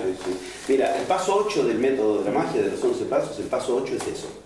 Se llama, bueno, ya has obtenido la magia, ahora defiéndela en la vida cotidiana. Nos vamos a 5 o 6 pasos más adelante. Ahora defiéndela en la vida cotidiana, tienes que aprender a negociar. Y eso se aprende de las escuelas originarias de artes marciales, de iniciación. Porque eran personas que primero tenían que lograr que el rival no los venza, aprendiendo a pelear, y cuando se acabaron las escuelas de samurái, ¿qué hacen con todo lo que habían aprendido? Y lo pasan a aprender lo mismo, entonces se hacen ejecutivos, que quiere decir los que ejecutan. Yo enseñé muchos años de artes marciales iniciáticas y siguen los mismos principios. Y esos principios precisamente ubican esto. Acá, lo que tratan de ubicar se les desvía inmediatamente en la venta, porque uno de los motivos centrales es que parece que es un problema tener interés en la cuestión, esto que estabas ubicando. Entonces uno termina diciendo, no me compró. Y no, y si tú querías que te compren a ti, no lo que tú vendías. Tú querías que te acepten a ti por la culpa de que compren. Entonces no me compró. Y claro, ahí está lo que uno le está diciendo a la situación. Nadie me compra lo que yo vendo. Pero no querías que te compren lo que vendían. Querías que te compren a ti. Si no es, nadie compra lo que yo vendo. Comprendes cómo con la lengua lo llevo hacia ese lugar y finalmente es lo que me encuentro. Cuando queremos el paso de los sentimientos, es muy interesante. Me quedé pensando en lo que decías antes de vos, tu pareja, de lo que... En las culturas iniciáticas existe algo que se llama periodo de amañe, es divino. En el norte de Argentina todavía se usa, en las culturas indígenas de allá y en las culturas originarias. Cuando estás con alguien que decides casarte, prohibido mientras estés enamorado, primero y principal, es todo al revés. Y tienes que pasar un periodo de amañe, que son 6 meses de convivencia, para conocerse lo que se llaman las mañas. No sé si acá en España se usa mucho ese término. Mañas, como decir, quiero conocer, a ver, qué olor tienes al levantarte, ahora hueles, vas al baño, ahora te pones de mal humor. Después de esos 6 meses, si nos amamos, entonces nos casamos. Mira qué sabiduría, son matrimonios. Una de las cosas que a mí más me impactaba cuando iba a los principios, las primeras experiencias iniciáticas, en las culturas iniciáticas, era que nunca me mostraban la parte fea, digamos. Nunca me mostraban una cárcel, nunca me mostraban un hospital, nunca me contaban una pareja que se hubiera divorciado. Un día me destapó la cabeza y me animé. Esos días que uno está de mal humor, que el mosquito, que no tienes aire, que estás podrido de estar ahí, qué sé yo, y encima llaman bien y te empieza a... amables como suelen ser, a apretarte para ver qué reacciones. Y un día le dije, terminamos peleando, ¿no? Como siempre ocurre, hay un momento de todo viaje que es así. Y en un momento le dije, por algo nunca me han mostrado ustedes las cárceles, y se me empezó a reír en la cara el tipo. Primero para que me entienda lo que era el concepto de cárcel, de hospital, y se quedaba la mandíbula. ¿Ustedes tienen eso? Intérprete mediante, ¿ustedes tienen eso? No podía creer que nosotros necesitemos cárceles, hospitales, divorcios, me acuerdo. Es que acá no hay. Alguien que genera realidad propia no va a necesitar robarle a otro. ¿Cómo va a haber cárcel? Bueno, más de uno pensará, ostras, qué duro, ¿no? Para la mujer que no ama a su marido tiene que estar ahí. Qué duro para el hombre. No. Porque desde la mentalidad occidental... Generan el amor. Es completamente distinto. Claro. Yo elijo enamorarme. Yo elijo qué quiero sentir por este resultado. Yo quiero tal resultado, pero me da miedo, pero me da culpa, pero no lo voy a lograr. ¿Ves? Los sentimientos te están separando. Claro, quería decir que en el paradigma en el que nos movemos en Occidente es impensable el paradigma Entonces, claro, automáticamente saltan las alarmas. Bueno, pero nosotros, yo lo digo muchas veces, ¿no? Nosotros tenemos la libertad de escoger. Yo me río, ¿no? Porque yo creo que somos más esclavos que nunca. Tenemos la libertad de divorciarnos, y esa pobre gente indígena que están toda la vida ahí, que horror, claro, lo ven desde los ojos del que está aquí y no querría aquello que le venden desde allí. De todos modos, yo quiero hablar que no estoy hablando del indígena tipo que encuentras en las ciudades, claro, pidiendo. Yo hablo de cuando voy a esos lugares donde todavía está los queros, por ejemplo. Está el origen, porque fuimos aquí a un claro, por favor. A un hopi maravilloso que nos vino a decir que, bueno, que la gente está despertando tanto aquí como allá, y que el mismo pueblo hopi, los jóvenes se han dado cuenta de que han tenido que aprender de extranjeros que han ido allí a ser hopis. Sí. Para recordar lo que ellos ya están perdiendo. Entonces, claro, tú estás hablando de la gente que todavía está con aquello y no lo ha perdido. De los Hopi, un Tomás Banianca dentro de los Hopi. O sea, estoy diciendo, en cada lugar tienes que ir y dar por ese, que además no tienen mucho interés de recibirte, y menos aún si eres hombre blanco. Claro. Porque te puedes imaginar, o sea, para que me recibieran yo tenía que demostrar inocencia, no sé si me explico. Porque obviamente si algo no quieren es que se les acerque el hombre blanco por motivos obvios. Entonces, ellos tienen que ver señales. ¿Escuchaste? La señal. Eso para ellos es una señal. Cuando yo me acerqué a lugares, si el pájaro vuela en la misma dirección que voy yo, me reciben. Mira, yo te hablé de las señales, ahí se escuchó el canto, no sé si salió, se escuchó el canto de pájaros. Cuando nombré las señales, eso es la magia. Es decir, que no hay muchos árboles aquí pegados, hay un andamio. Más aún, no es habitual. No hay martillazo, pero sí hay pájaros. Cuando nombro las señales, piel de águila, como dicen, me puso piel de águila. Ellos miran esas señales pero te puedes morir que si las señales no van en la dirección que tienen que ir, no te van a recibir. Paso 4 de método. Cuando yo he generado orden mental, pero no pensando, no meditando, con la palabra se genera orden mental. Con la palabra decido que quiero sentir y logro sentir lo que yo quiero, quiere decir unifiqué fuerzas. Esto es lo que Cristo hacía en los manuscritos del Mar Muerto.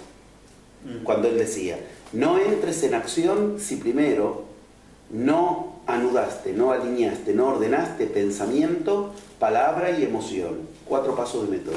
Pensamiento, palabra, emoción, recién ahí entro en acción. Eso que los chamanes te hacen de cuando tú señalas dónde está el problema, te toman la mano y te hacen ese juego. Yo sé que a Occidente eso les llegó, o sea, algunas personas vi que lo conocían, no sé por qué día, pero ha llegado. Que te hacen este juego y te dicen, mira, ¿para dónde estás señalando? ¿Para allá? No, para acá. 3 fuerzas señalan hacia adentro, mientras que una señala hacia afuera. Tu palabra, tu pensamiento y tu emoción. Si eso no está en orden, no vayas hacia afuera, porque lo que vas a encontrarte afuera es el mismo caos que generaste adentro. Mira qué interesante, cuando después, años después, me encuentro con los chamanes diciendo eso, que es lo que Da Vinci, ocultista célebre de la Edad Media, le hace las pinturas y los grabados de Juan, el Bautista. Siempre tiene este gesto. Este gesto es un gesto iniciático. ¿Qué ve acá? 3 fuerzas hacia adentro, recién ahí una fuerza hacia afuera. 4 paso de método. Lo que recién vimos, que es pasmoso. Yo nombro las señales, aparecieron los chamanes, estaba contando la escena de los chamanes. 4 paso, aprendes a codificar la realidad como señales. Y tienes que aprender a leerlas. ¿Señales de qué? de si tu pensamiento, tu palabra y tu emoción los lograste poner en la dirección que quieras. Eso que se llama polarización. Si yo lo logré polarizar, voy a empezar a encontrarme señales afuera de que lo que yo quiero se está acercando a mí. Si yo hice una invocación donde lo que yo quiero es dinero, salgo de casa y encuentro una publicidad de dinero. Si pasa caminando un mendigo, me dice la señal no es compatible. ¿Qué quiere decir? Hay desvíos en el mundo interior. Empiezo a codificar así, porque en el paso 7 va a aparecer la gran cuestión que se llama la casualidad, que me va a unir con lo que yo quiero. Pero si las señales son armónicas, la casualidad va a ser armónica. Si las señales son disarmónicas, me dice que la casualidad va a ser disarmónica. ¿Y esto en qué hace? Transforma la vida en algo burbujeante. Claro, y siempre te están mostrando dónde estás tú. Entonces tienes que estar atento a la señal. Esto de recién, ¿te das cuenta? Eso es lo que se llama estado de conciencia amplificado. Otro tal vez me lo escuchó, o pasó un pajarito. Esto que tú has hecho, mira, tomemos conciencia, hoy no hay ruidos acá. Eso es una señal. Que si funciona mal, nos está diciendo que funciona mal lo que estamos haciendo. Y si funciona bien, nos facilita la vida. Porque en el paso 7, una vez que el paso 4 me dé señal, el paso 5 es lo más difícil, lo que Cristo fue a aprender a las escuelas de extremo oriente de Israel que había en ese momento, lo que hoy es Israel, que había en ese momento, que se llama escuelas Vihara. Cristo fue 7 años a aprender ahí. Un esquema particular que yo encontré en todas las culturas iniciáticas, en Occidente se llama esquema de Peirce, a Cristo le llevó 7 años aprenderlo, y este es un esquema que es lo que se llama el paso 5 de método, que es aprender a detectar en cualquier lugar donde esté escondido el idiota, el yo. Y eso se aprende con lo que se llaman 4 estados luminosos de la mente. Esos 4 estados luminosos de la mente hoy todavía se estudian igual en las escuelas Vihara, en el mismo lugar al que fue Cristo. Y en Tíbet, Doeri, Chichir, Mahyapta, Hamadrubi, no importa, los 4 nombres son esos, pero esos 4 estados se aprenden en el paso 5. Después de que aprendes esos estados, que en el método es un solo paso, viene la gran explosión de energía. Aprendes a trabajar con tu energía. Otra cosa que en Occidente no sabemos trabajar. A alguien le digo, a ver, ¿con qué frase quieres el resultado? Bueno, un montón de trabajo para que ubique su frase. Él lo tiene que ubicar. Yo no se las puedo decir, ni le puedes dar un vademecum de frases tipo afirmaciones. Ve cómo se siente cuando lo dice, si está seguro, si está entusiasmado. Paso 4, ¿qué señales genera? Paso 5, este esquema particular que se aprende para, en cualquier lugar donde esté escondido el yo, salir a la luz. Ahora viene el paso 6, energiza tu resultado. ¿Qué? En Occidente ni sabemos que la energía no es un sustantivo solamente, es un verbo. Y en griego era igual. Significa volcar de adentro afuera y hacerlo crecer. Eso significa la palabra energía. Nosotros en Occidente creemos que la energía es una cosa que pasa, que sucede, punto. Energizar, no sabemos qué es. Ahí empezamos a querer resolver cosas, empezando por la energía, cosa que jamás hay que hacer. En Occidente, cuando queremos lograr algo, ignoramos la energía o empezamos por la energía. Entonces queremos cargarnos de energía. Bueno, mira, se viene el cambio de era. Y si algo tiene el cambio de era, es que nos va a invadir energía. Del centro de la galaxia, de Hunahpu, los mayas lo ubican con claridad, va a venir de las Pléyades, Alcione, la estrella del centro, una energía especial que va a despertar a nuestro Sol. Si hay algo que nos sobra, es energía ahora. Eso va a producir algo sumamente importante que empieza el 22 de diciembre del 2012 a las 11:11 de cada pueblo, que se despierta el plasma. Plasma, ¿qué es plasma? Lo que está tirando el sol, como chorros. Esos chorros son lo que en la antigüedad era prana, ki, kausai, maná, las distintas manifestaciones que iban a buscar en lugares especiales los sacerdotes. La nueva era es, eso se nos va a caer por la cabeza. ¿Y qué ocurría con los que lograban conectar con esa energía? Que ya la ciencia la avaló, se llama el plasma y es lo que está tirando el sol. Esas personas generaban realidad propia. Al humano nos va a pasar esto. Desde el 22 de diciembre del 2012 nos va a impregnar plasma. ¿Y plasma qué es? Energía. ¿Qué es? Un verbo, no solo un sustantivo. El verbo plasmar. ¿Qué significa? Con plasma, Por eso el mundo está tan agresivo.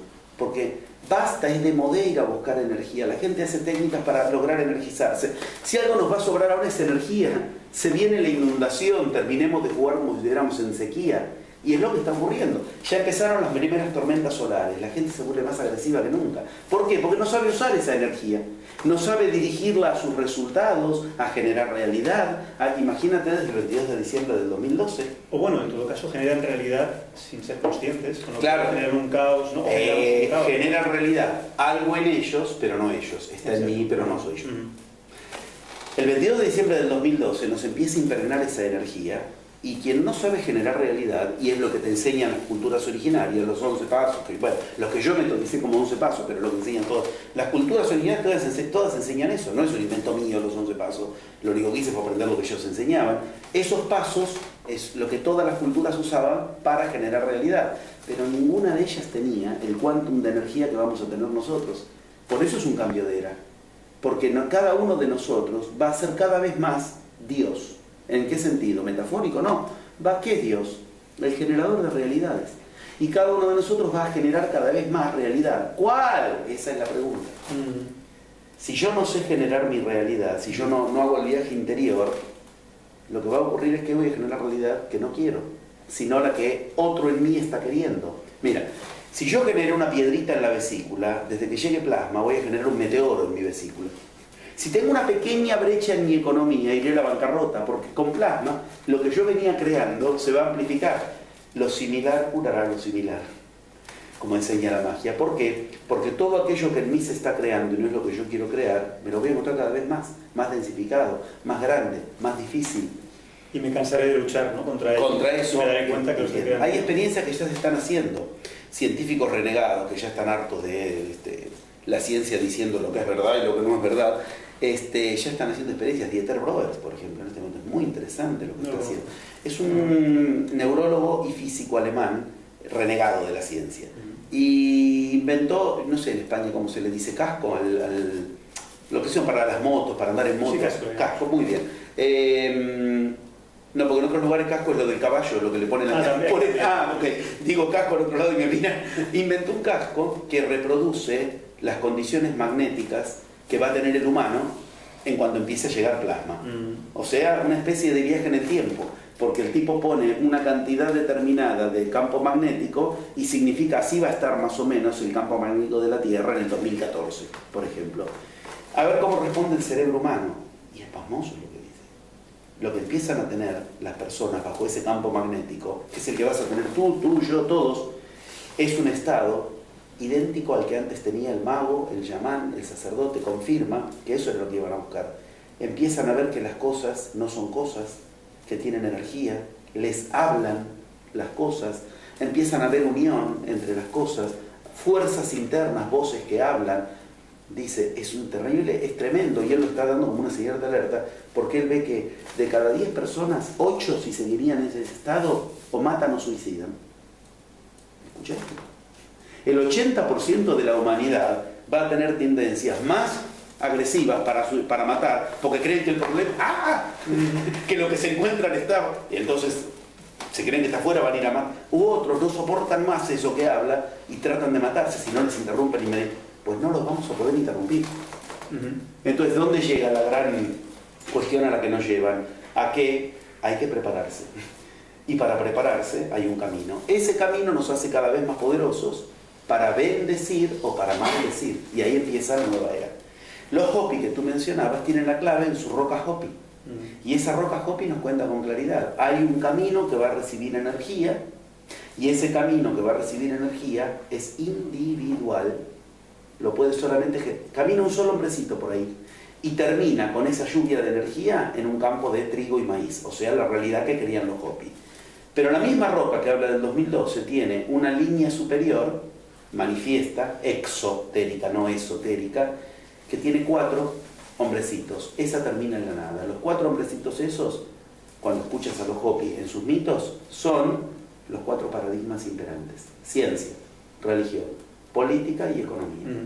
Los 4 de los que habla el Apocalipsis 6.6. Los 4 jinetes del Apocalipsis. Los 4 advertidos en los 4 sunyas de la India.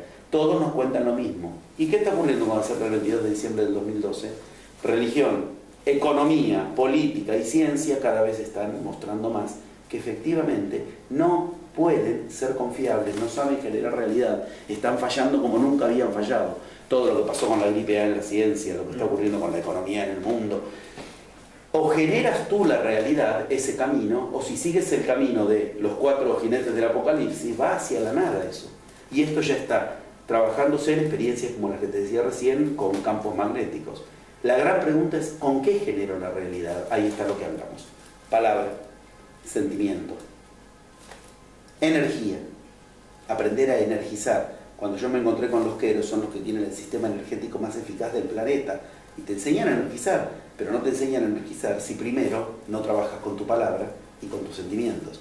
Con todo eso que produces, casualidades. Por eso uno de mis libros se llama Casualizar, aprender a casualizar. ¿Qué es casualizar? Efectivamente es generar lo que quieres sabiendo que nunca vas a llegar si no te ayuda algo que está más allá de ti, pero que lo tienes que generar tú. Un encuentro casual. Así se están haciendo películas en este momento sobre mi enseñanza, que por casualidad contactamos en su momento con Anthony Quinn, Benicio del Toro, Eugenio Zanetti, un premio Oscar de Hollywood, de Córdoba, de Argentina, que precisamente por casualidad nos contactaban. ¿Cómo llegó Anthony Quinn? Cuando estaba vivo el tipo, obviamente, ¿no? ¿Cómo se llega? Si no es por casualidad, tienes que tener un sistema armado para eso solo en tu vida.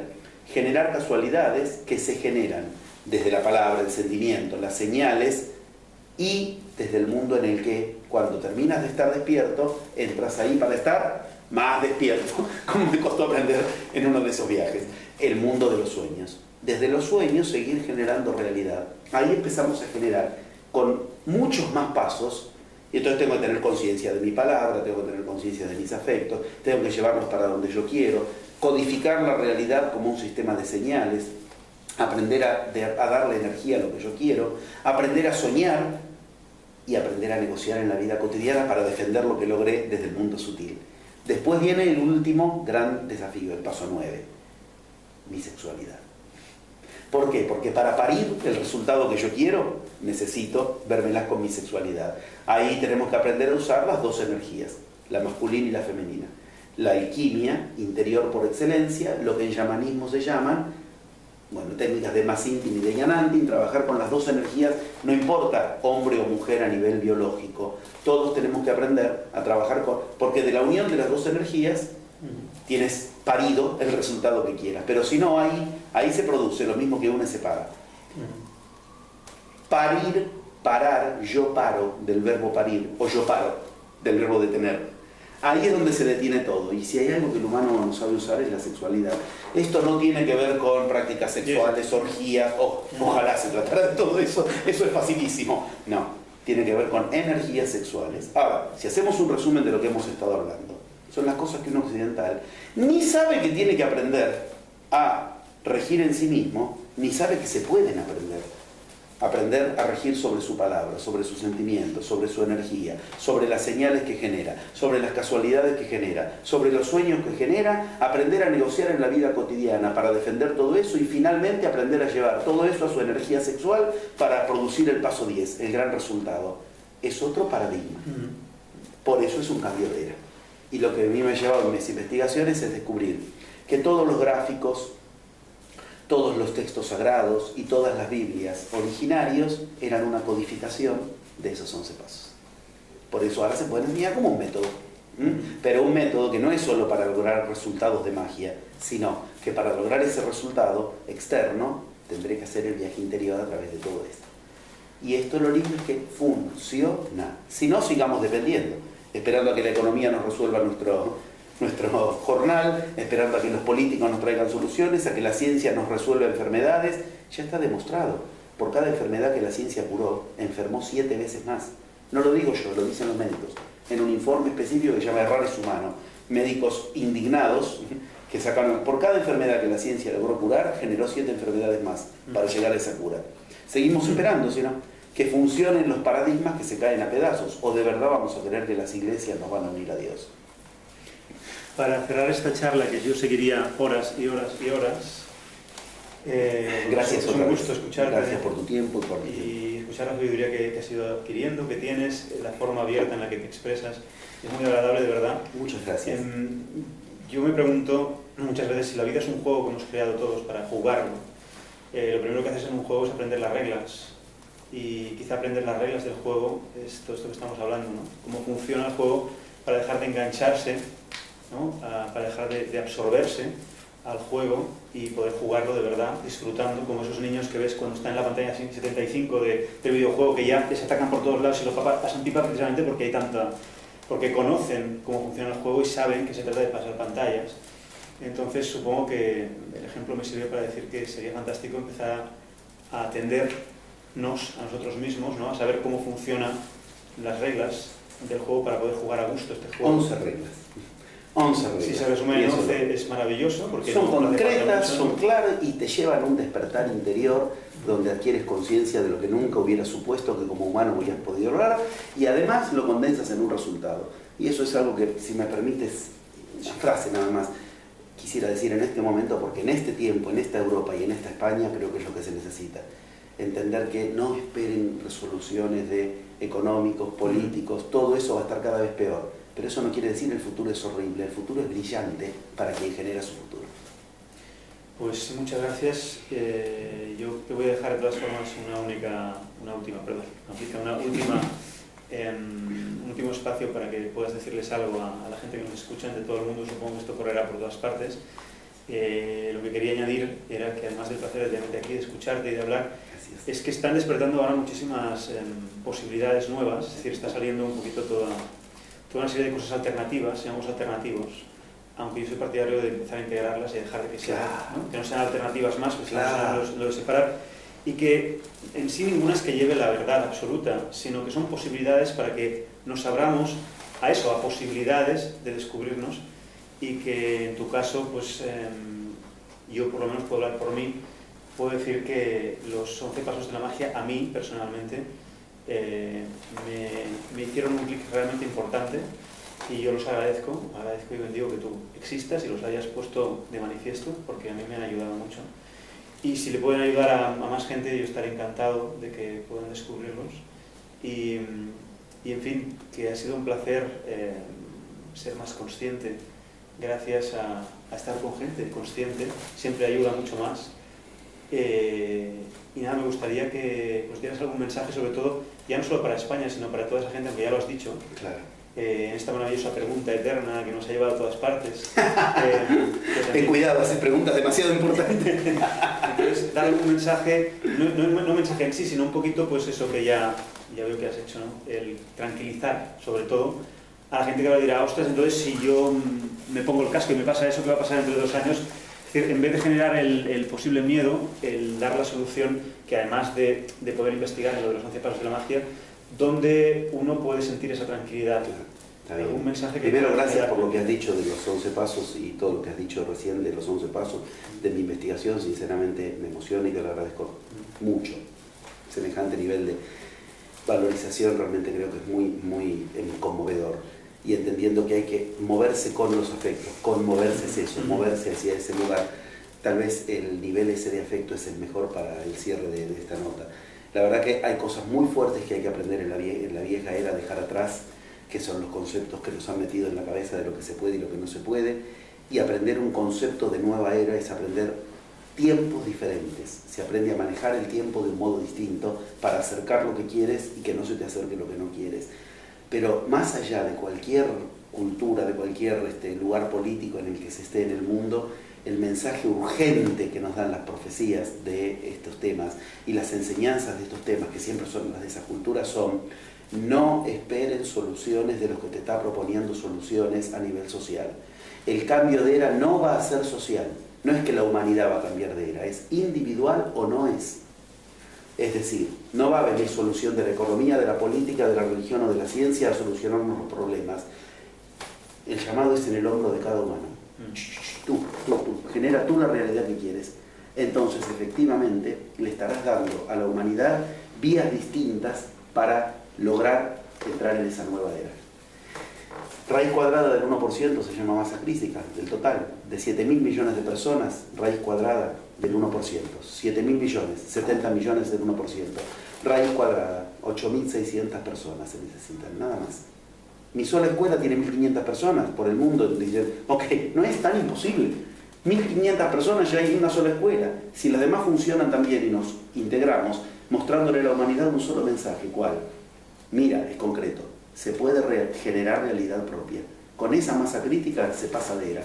Sin esa masa crítica, todo es camino individual que depende de cada uno. La integración, ¿cuál es? Si yo en forma individual paso de era, estoy ayudando a que la humanidad pase de era. Ocúpate de tu realidad, que es lo mejor que puedes hacer por la humanidad. Pues solo se me ocurre añadir dos cosas. La primera es pues observar al sol. El sol brilla desde todo su potencial y más allá de eso, siendo él mismo, pues ayuda a que toda una vida se genere alrededor de él. Y sobre todo también el decirle a la gente que, una vez más, como siempre digo, reapropiaros de vuestro poder.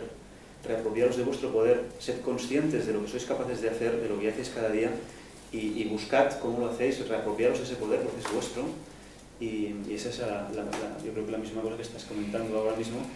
Gracias, José Luis, una vez más, ha sido un placer. Gracias a Gustavo Pol, músico que siempre está para todo, ayudándome aquí en cualquier cosa que yo necesite, al representante de José Luis, Damián, que viene aquí a acompañarnos. ¿Te gustaría, si no es molestia, que dé la página?